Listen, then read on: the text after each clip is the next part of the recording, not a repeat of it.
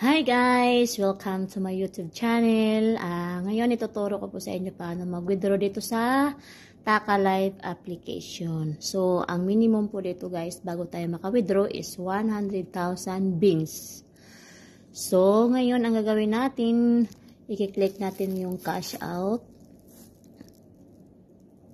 Tapos, kung ano yung gusto nyong ilagay dito, GCash, Paymaya, or bank. So, sa akin guys is, meron kasi akong GCash. So, pipiliin natin yung Philippines. Click natin yung Philippines. O, naset na siya dito guys. Ngayon, ang susunod natin gawin is payment method. So, i-click natin yung payment method. So, may GCash dito guys. Paymaya, bank, or kung ano pa dyan. So, ngayon, GCash yung i-click ko. Got it. Click nyo yung got it. So, dito sa banda guys, may account information. So, kailangan nyo itatype dito kung ano yung dapat ilagay. Account, last name, and first name. So, kailangan hindi kayo magkamali para hindi tayo mahirapan mag-cash out. So, ngayon, ilagay ko yung name ko, last name. So, sa inyo kayo na po ang bahala. Hindi ko pwede i-show dito kung ano yung account information ko. Then, next natin gagawin guys, is kailangan yung i-click yung all. After nyo ma-fill up yung account information, ito nakita nyo sa baba, diba blurred lang yung kulay green ng withdraw. So, after nyo ma-fill upan lahat, i-click nyo yung all.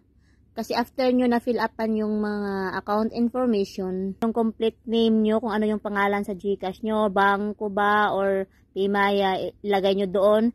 Tapos yung last name nyo at first name. Pansin nyo yung kulay green. O, diba? Nandito na yung, yung amount ng i-withdraw ko ngayon.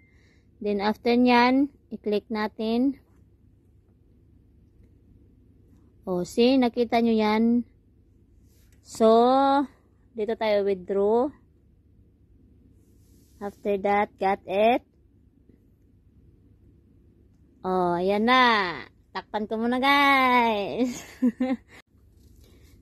At pagkatapos nyo mag-withdraw, guys, titingnan nyo dito sa withdrawal method.